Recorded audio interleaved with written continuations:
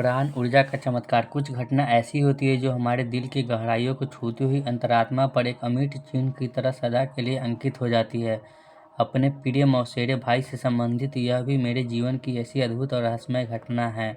अर्धरात्रि की निस्तब्धता में अपने बड़े मौसेरे भाई की हृदयाघात की पीड़ा से मछली की तरह तड़पते हुए देखना कितना दुखद हो सकता है, यह तो वही जान सकता है जिसने उस दर्द भरे दृश्य को अपनी आंखों से सहन किया और मन पर झेला हो।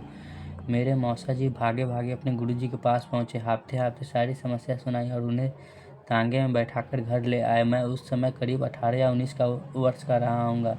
यौवन के उमड़ते उत्साह और कॉलेज की शिक्षा प्रणाली ने मुझे पूरी तरह से नास्तिक बना दिया था। आध्यात्मिक, प्रभु भक्ति, पूजा पाठ, इन सबसे मुझे चीड़ थी और इसीलिए मैंने मौसा जी के आश्रम की तरफ जाते ही पड़ोस में रहने वाले डॉक्टर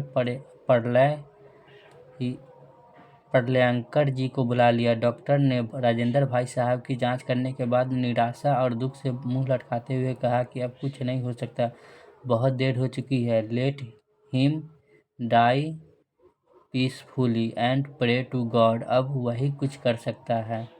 हमें घोर निराशा और दुख में डूबा छोड़कर डॉक्टर प्रलयंकर जी चले गए। राजेंद्र भाई साहब की सांसों की आखिरी डोर भी टूटती जा रही थी। तभी मौसा जी गुरुजी के साथ वहां पहुंचे। भगवे वस्त्रों में गुरुजी बहुत प्रभावशाली लग रहे थे। आते ही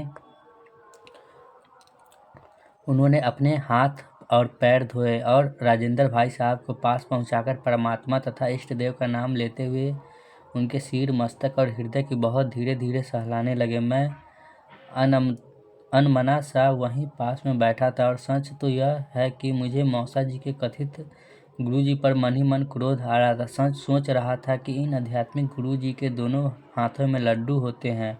मरीज मर गया तो प्रभु इच्छा, और यदि स्वस्थ हो गया तो गुरुजी के चमत्कार एवं उनके प्रभाव का क्या कहना। तभी गुरुजी ने अनुरोध किया कि मरीज के स्वास्थ्य लाभ के लिए सब लोग पूरी श्रद्धा और विश्वास के साथ मन ही मन प्रार्थना करें और एक एक करके आएं और उसके सिर पर प्रेम पूर्वक अपना हाथ रखे। वह मन में पूरी श्रद्धा के साथ यह विचार करे कि परमात्मा की कृपा से मरीज पूर्ण स्वस्थ लाभ प्राप्त कर रहा है। गुरु जी के आदेश का सही से सहर्ष पालन किया। देखते ही देखते कमरे के वातावरण से दुख के भाव समाप्त होने लगे और सभी के चेहरे पर आशा की किरण नजर आने लगी। इतना सब कुछ होने पर भी मैं भली प्रकार समझ रहा था कि इन सभी क्रियाओं के पीछे गुरुजी का कौन सा उद्देश्य छिपा है। अगर राजेंद्र भाई साहब ठीक नहीं हुए तो जो मेडिकल साइंस के अनुसार निश्चित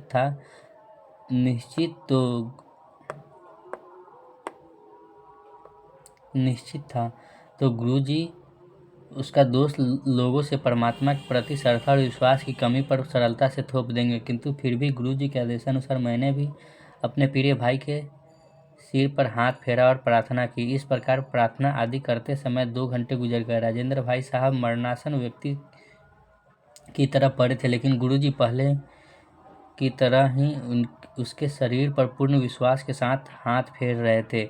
इस नाटक को देखते देखते मैं ऊब चुका था। तभी दीवार घड़ी ने 3 घंटे बजाए। अचानक राजेंद्र भाई साहब बुदबुदाए, मैं कहाँ हूँ। सबके चेहरे प्रसन्नता से खिल उठे। पड़ोसी डॉक्टर प्रलयंकर जी भी मेरी तरह इस नाटक को बड़ी उपेक्षा से देख रहे थे। गुरुजी के आने का समाचार सुनकर वह भी उत्सुकतावश लौट आए थे। उन्होंने राजेंद्र भाई साहब के पास जाकर उनकी जांच की। आश्चर्य, भगवान की कृपा से अब यह पूरी तरह ठीक है, उन्होंने कहा। सबने चैन की सांस ली और गुरुजी के प्रति अटूट श्रद्धा से भर उठे। यह घटना सन 1951 में उत्तर प्रदेश जिला जालौन के उड़ई कस्बे के रामनगर मोहल्ले से घटित हुई थी।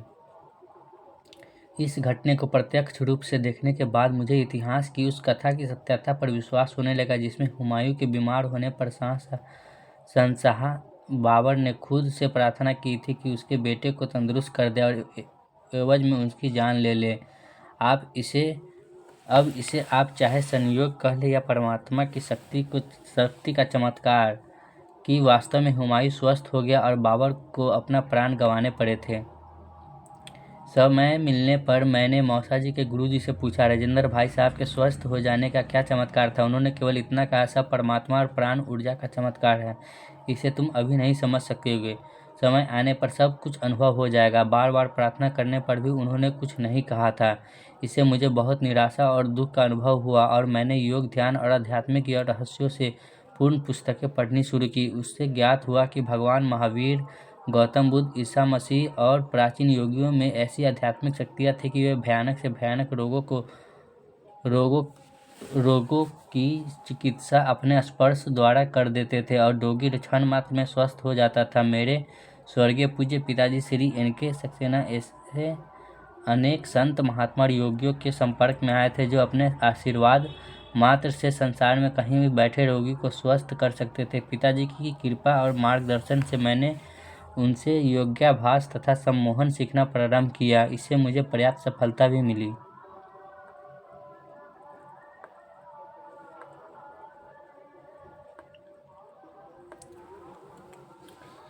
तभी अचानक एक दिन मौसा जी के गुरुजी मार्ग में मिले। मैंने उनके चरण स्पर्श किया। हुए बोले, हाँ, अब समय आ गया है, तुझमें पात्रता भी आ गई है। आज शाम 7 बजे, ठीक शाम 7 बजे आश्रम में आ जाना। सारी विद्या समझा और सिखा दूंगा, लेकिन समय का ध्यान रखना। मुझे तो मानो मन की मुराद से भी कुछ अधिक मिल गया हो। खुशी का ठिकाना न रहा। बेचैनी से शाम होने का इंतजार करने लगा। ठीक 5 बजे आश्रम के लिए चल दिए, जो शहर से लगभग 4 मील दूर स्थित था। मुझे वहां पहुंचने में अधिक से अधिक प्रायः 1 घंटा लगा करता था। मैंने अपनी ओर से 1 घंटा अतिरिक्त रखा, लेकिन विधि का विधान मार्ग में मेरे एक मित्र के साथ एक अनहोनी दुर्घटना हो गई। इसके कारण गुरुजी के आश्रम तक पहुंचने में मुझे 15 मिनट की देरी हो गई और इन 15 मिनट ने सब कुछ बदल दिया। गुरुजी ठीक 7:10 पर चीर समाधि में लीन हो गए थे। उनके प्रमुख शिष्य ने मुझसे कहा, गुरुजी ने आपकी प्रतीक्षा की थी।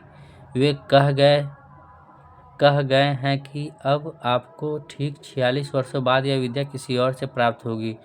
अब इसे चमत्कार ही कहूँगा कि 64 वर्ष की आयु में मुझे ठीक उस घटना के 46 वर्षों बाद मुझे रेकी का आध्यात्मिक चिकित्सा विधि तथा उससे संबंधित सामग्री, साधना प्रक्रिया एवं उसे सिद्ध करने की दीक्षा भारत के एक सुप्रसिद्ध रेकी ग्रैंड मास्टर से प्राप्त हुई।